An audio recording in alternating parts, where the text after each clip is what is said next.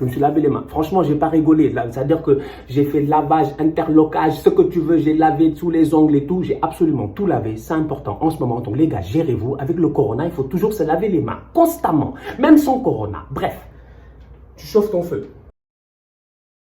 Salam salam la famille Outsider, j'espère que vous allez bien, que vous êtes en paix et en santé là où vous êtes en ce moment dans le monde. Écoutez, en ce moment on est en confinement, on est en mode quarantaine. Donc du coup ces derniers jours j'ai sorti une vidéo dans laquelle j'ai fait du pinton.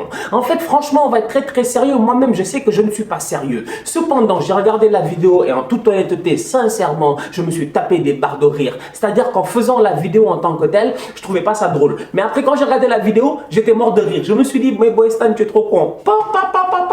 Franchement, en tout cas, bref, on a fait un pinton, c'était cool, c'était intéressant. Maintenant, on revient aux choses sérieuses. Aujourd'hui, je regardais l'actualité. Et qu'est-ce qui se passe dans l'actualité en ce moment? La dernière fois, j'ai fait une vidéo ici, un live sur Facebook et sur Instagram en simultané. J'ai parlé aux followers et je leur ai parlé de quoi? Du mercato. En leur disant que franchement, on va être très sérieux. Cette année, le mercato risque d'être très compliqué. Parce qu'à mon humble avis, je ne sais pas comment est-ce qu'on va faire un mercato. Parce qu'on va être très sérieux. Le mercato en tant que tel, qui devait commencer techniquement aujourd'hui au mois de juillet et finir le 31 août, je ne sais pas dans quel monde est-ce qu'on va être capable aujourd'hui de respecter ces dates-là quand je vois l'évolution du virus corona et quand je vois aussi les décisions qui sont prises par les différentes fédérations. Aujourd'hui, par exemple, en Angleterre, après avoir décidé il y a quelques jours que le football anglais ne reprendrait pas avant le mois de mai, et là encore une fois, c'est entre guillemets parce qu'on n'est pas sûr que le football va reprendre au mois de mai, en Angleterre aujourd'hui, ils ont décidé que de la 3e à la 7e division, le championnat est annulé. Le championnat est annulé. On reprend à zéro. Il n'y aura pas de montée, il n'y aura pas de relégation. Tout le monde reprendra à zéro lorsque le football reprendra. Donc aujourd'hui, je me dis que durant les prochaines semaines, sûrement la FA va communiquer sur ce qui va se passer pour la première division et la 2e division.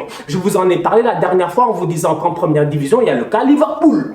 Il y a le cas Liverpool. Les gars n'ont pas gagné de titre depuis 30 ans. S'ils ne gagnent pas le titre aujourd'hui, cette année, franchement, je vous l'ai dit plusieurs fois, ce karma-là, moi, Stan Diop, je ne le porterai pas. L'humanité ne doit pas le porter parce que franchement, en toute honnêteté, cette tristesse-là qui sera dans le cœur des supporters de Liverpool, elle sera incommensurable. De l'autre côté, il y a Leeds. Leeds United de Marcelo Bielsa. Eh ben oui, Marcelo Bielsa, El Loco, le fou, le gars qui a quand même démissionné à Marseille après la première journée, sa 2e année. Bref, aujourd'hui, on va être très sérieux. Bielsa à Leeds, il a fait un travail sensationnel. Techniquement, il devrait monter en première division, même peut-être sans les playoffs. Bref, on aurait vu si le championnat ce serait fini. Mais derrière, Bielsa avec Leeds, il mérite de monter en première division. Donc du coup, je m'attends à ce que la FA communique là-dessus dans les prochaines semaines pour venir nous dire ce qui va se passer. Mais en ce moment, on va être très sérieux. Les supporters de Liverpool, ils sont assis sur un œuf. Shout out à Karl-Heinz Rummenigge, légende, Kaiser, franchement président du Bayern. Aujourd'hui, il sort un communiqué pour dire quoi? Que les clubs allemands qualifiés en Ligue des Champions ont décidé de faire quoi? De donner 20 millions d'euros aux autres clubs de Bundesliga et de Bundesliga 2 pour leur permettre de pouvoir survivre économiquement pour la fin de saison. Franchement, respect à eux. Et là encore, c'est le respect que je donne aux Allemands parce que les Allemands, ils sont pas bêtes. Ils sont pas bêtes, Rummenigge n'est pas bête. Parce que Rummenigge lui-même, il sait qu'en Allemagne, il n'y a que 2 ou 3 équipes. Et même les 2 ou 3 équipes là, c'est parce que les autres sont gérés durant ces 5-6 dernières années. Je parle de Dortmund, même 10 ans. Parce que voilà, il y a eu Dortmund. Je parle de Dortmund et de Leipzig. Et peut-être Leverkusen et peut-être Schalke 04. Mais mis à part ça, franchement, il n'y a pas de championnat en Allemagne. Donc dès lors, si les autres clubs là, ils sont morts, tu vas faire comment? Donc du coup, je comprends derrière la mentalité des Allemands de vouloir tenir ce championnat là à flot. D'autant plus que le Bayern eux-mêmes, ils savent là où ils vont se servir d'habitude. C'est où? C'est dans les autres clubs allemands. Donc dès lors, si le championnat il continue et que les clubs réussissent à tenir tête et à passer à travers cette phase assez bizarre, je pense que ça ira mieux. Il y a quelques jours, le président de la FIFA, Gianni Infantino, il est venu, il a dit qu'en fait, la FIFA est en train d'évaluer la possibilité aujourd'hui de pouvoir prolonger les contrats de joueurs. Aujourd'hui, on va être très sérieux. Cette affaire de contrat-là pose problème à tout le monde. C'est-à-dire qu'aujourd'hui, il y a plein de joueurs, leur contrat devait arriver en échéance normalement au mois de juin. Parmi ces joueurs-là, tu en as plein. Tu as des Philippe Coutinho. Eh oui, Philippe Coutinho, il doit rentrer au Barça normalement si je ne me trompe pas, des Olivier Giroud. Bref, il y a des joueurs aujourd'hui qui seront en fin de contrat au mois de juin. Donc du coup, pour ces jours-là, on fait quoi? La FIFA est en train d'évoluer l'option de pouvoir prolonger ces contrats-là, que ce soit d'un mois, 2 mois, 3 mois, bref, les prolonger jusqu'à ce que leur échéance arrive peut-être avec la fin des championnats. La question c'est de savoir est-ce qu'il y aura fin de championnat. Quand je vous parle tout à l'heure de l'Angleterre et vous dire qu'en Angleterre, de la division 3 à la division 7, il n'y a plus de football. Tout est annulé. Les gars, rentrez chez vous. On reprend l'année prochaine, Inch'Allah, s'il y a du football. Je me pose certaines questions à savoir, est-ce qu'il y aura une fin de championnat? Est-ce que ces joueurs-là seront capables d'honorer leur fin de contrat? Ça, c'est un. Deuxièmement, on va être très, très sérieux. Les Jeux Olympiques ont été repoussés. Les Jeux Olympiques ont été repoussés à 2021. Le problème, il est simple, c'est que là, encore une fois, il y a certains joueurs qui voulaient jouer les Jeux Olympiques. Parce qu'au JO, tu as le droit d'amener 3 joueurs au-dessus de 23 ans. Il y a certains joueurs qui avaient cette volonté-là d'aller jouer les JO. Je parle là de Sergio Ramos. Parce que Mbappé, il a essayé, les Nasser, là, ils l'ont bloqué tout de suite. Ils lui ont dit, boy, tu coûtes trop cher pour aller faire Euro et JO et tout. Bref, il y a eu Corona, donc du coup, Mbappé n'ira même pas. Mais derrière, je regarde certains joueurs, des Sergio Ramos, etc., qui avaient envie de porter le maillot de la Roja, d'aller avec des enfants, aller au JO et se faire plaisir. Aujourd'hui, ils ne pourront peut-être pas, parce que l'année prochaine, ils seront trop vieux. De la même manière qu'on peut parler aussi du Ballon d'Or et tout, en se disant que Messi et Ronaldo, l'année prochaine, peut-être qu'ils seront trop vieux. Donc bref, on va être très très sérieux. Dans tout ça, il y a un autre problème. Les Australiens sont qualifiés pour les Jeux Olympiques. Les Australiens devaient aller aux Jeux Olympiques. Aujourd'hui, il y a un problème. Les JO sont repoussés à l'année prochaine. Le problème, il est simple, c'est que pour jouer aux Jeux Olympiques, tu dois avoir moins de 23 ans en janvier de l'année des JO.